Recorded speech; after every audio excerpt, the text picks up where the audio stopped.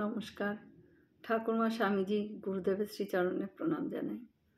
আজ ঠাকুরের সঙ্গে মাস্টারের যে প্রথম সাক্ষাৎ সেই নিয়ে ছোট করে একটি কাহিনী শোনাচ্ছি। মাস্টার ইংরেজি পড়িয়েছেন, ঘরে হঠাৎ প্রবেশ করিতে পারিলেন না।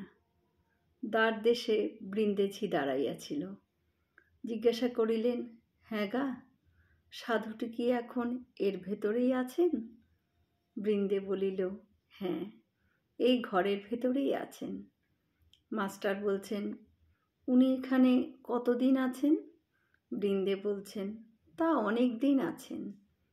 মাস্টার বলছেন, আচ্ছা, ইনি কি খুব বই টই পড়েন? বৃন্দে বলছেন, আর বাবা বই টই, সব তার মুখে মুখে। মাস্টার সবে পড়াশুনো করে এসেছেন, ঠাকুর শ্রীরামকৃষ্ণ বই পড়েন না, এ কথা শুনে অবাক হয়ে গেলেন মাস্টার।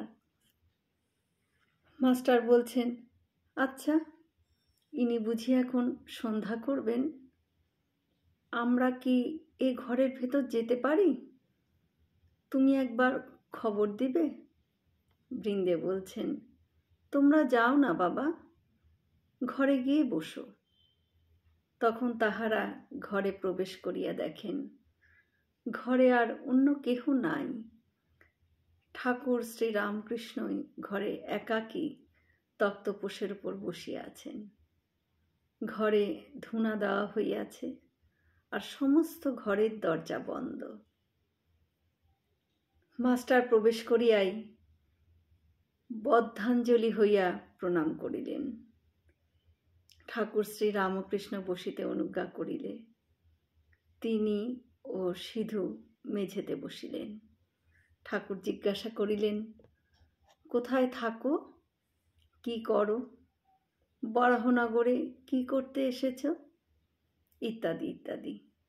মাস্টার সমস্ত পরিচয় দিলেন, কিন্তু দেখিতে লাগিলেন যে ঠাকুর মাঝে মাঝেই যেন অন্যমনস্ক হইতেছেন। পরে শুনলেন এর নামই নাকি ভাব।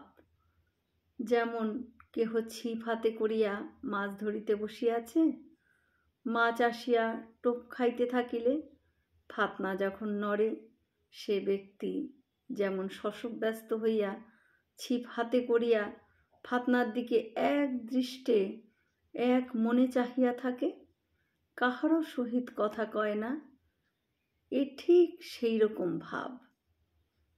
পরে শুনিলেন ও দেখিলেন ঠাকুরের সন্ধ্যার পর এরকম ভাবান্তর হয়। কখনো কখনো তিনি একেবারে বাহ্যশূন্য হন।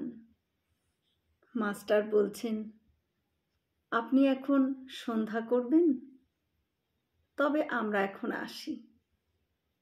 ঠাকুর বলছেন ভাবস্থ অবস্থায়, না না, সন্ধ্যা তা এমন কিছু নয়।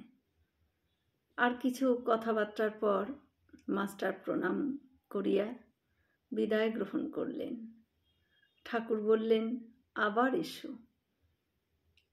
মাস্টার ফিরিবার সময় ভাবিতে লাগিলেন, এ সৌম্য কে, যাহার কাছে ফিরিয়া যাইতে ইচ্ছা করিতেছে? বই না পড়িলেও কি মানুষ এত মহৎ হয়?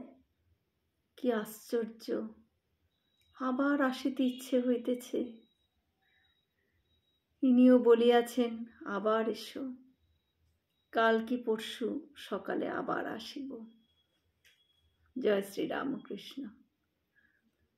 আমরা সকলে মিলে একসাথে বলি, জয় মহামাই কি জয়, জয় ভগবান শ্রী শ্রী রামকৃষ্ণদেব কি জয়, জয় স্বামীজি মহারাজজি কি জয়।